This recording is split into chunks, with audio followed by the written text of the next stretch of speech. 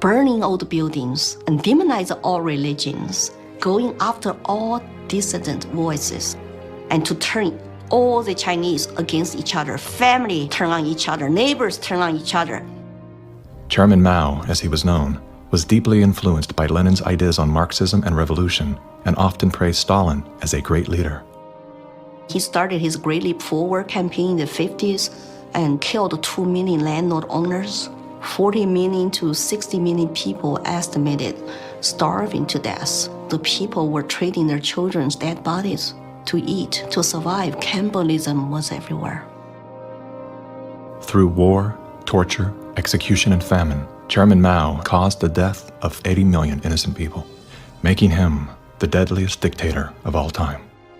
China shaved the heads of women, put them all in unattractive asexual clothes, did the same thing for the men. This technique has been used in the 20th century by every totalitarian regime. The Mao wanted to create a genderless society. That's why girls like me could not wear beautiful clothes and could not do makeup. We have to just look like boys, unisex, no gender. They asexualize the population so that there's no more desire, no more bipolarity of male and female. Everybody looks like an automaton. And then what do? Rather than turning towards one another, they turn towards the state. So the only thing left for me, a child, to believe in is communism.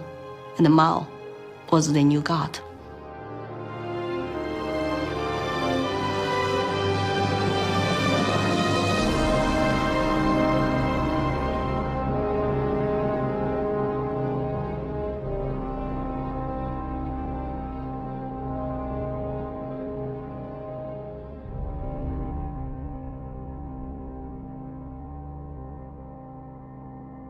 Now, in China, the government is not only cracking down on Muslims, but on other religions as well, as it pushes to assert communist ideology. Here's something else that is banned in China: Falun Gong, a religious movement that emphasizes on spiritual enlightenment and cultivation of virtue.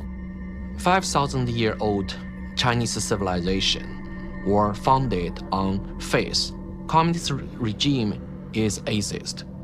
So any philosophies which encourage people to believe God, believe good things, it's something they don't like.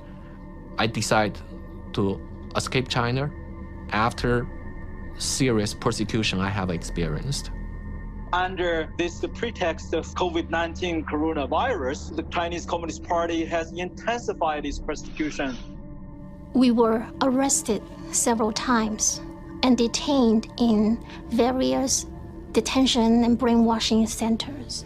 Over the past few years, a vast network of camps has been built across Xinjiang. A series of classified bulletins show how easy it is to be singled out by the Chinese government for education and training. The U.S. Defense Department says as many as 3 million are being forcibly detained in re-education and forced labor camps. China calls them thought transformation camps built to prevent extremism from spreading, but reports indicate they're more like prisons. When I was detained in detention center, I was handcuffed and hung over a radiator pipe with my toes barely touching the ground.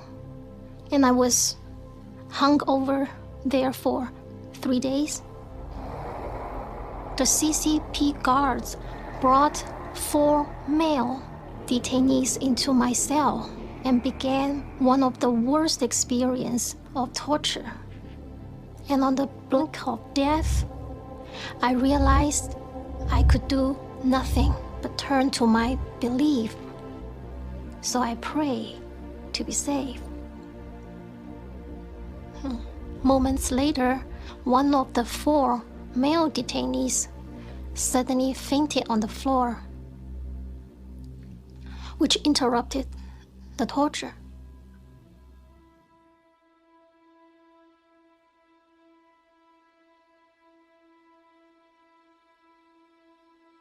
I left China because my parents were heavily persecuted for their practice of Falun Gong. From age 1 to age 5, my grandparents are taking care of me because my parents, they were always inside some dark cells being tortured. My first clear memory of my mother, I was brought to a brainwashing center and saw her being tied up to a chair with like people behind her guarding her, and She had a very thick plastic tube inserted into her nose, and she was being force-fed at the time. She just looked like she was in so much pain, and I was 5 at the time.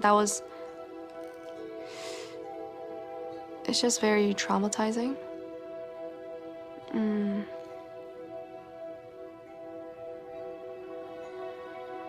My school principal actually came to me several times and told me not to be a part of my parents and to report any activity that my parents would do. They're instilling all the lies and hatred into the younger generation. The young people are used today to do the American Cultural Revolution, to turn the kids basically not to trust their parents anymore. And say, oh, my parents don't understand me, I'm confused. I need to turn to my teachers, turn to other authority figures. Look at the Mao's Cultural Revolution to say, how many similarities are there?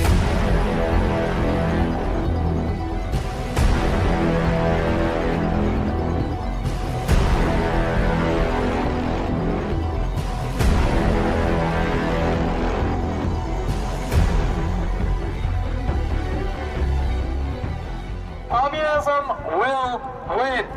That's not a joke. That will happen. You are happy with what was happening in the USSR between 1917. We make a critique of it. That's what we're Maoists. We make a critique of it in order to improve socialism the next time it comes around and throws people like your ass into a labor camp. Yesterday, I asked ChatGPT, are there any similarities between today's woke revolution and Chairman Mao's Cultural Revolution of the 1960s? And it wrote back, how long do you have? We recognize that government is absolutely necessary for an orderly society. But following the dictum that government, like fire, is both beneficial and dangerous, we believe in the concept of limited government. And we believe that the constitutional republic created by our founding fathers is the best form of limited government that has yet been devised by man. A republic is a limited democracy. It's a form of government based upon the principle of limited majority rule. Limited so that the minority, even a minority of one, can be protected against the whims and passions of the majority. Now, democracy is a form of government based upon the principle of majority rule. It's easy to understand, easy to sell to the masses, and I might add, deadly.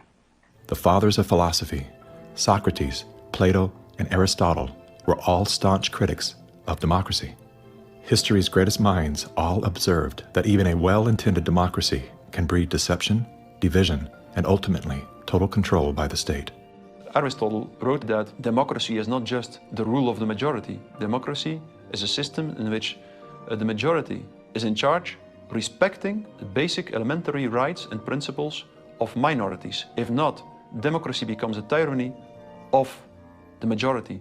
Socrates himself became a victim of this very process. He was sentenced to death by a majority vote for protesting the rights and protections of the minority. This country was founded on the principle that the individual is sovereign over the institution of government. And it's about a philosophy of governance that says that you are a free individual, or a philosophy of governance that says you're serf and you're subject. We have inalienable rights just by virtue of being human.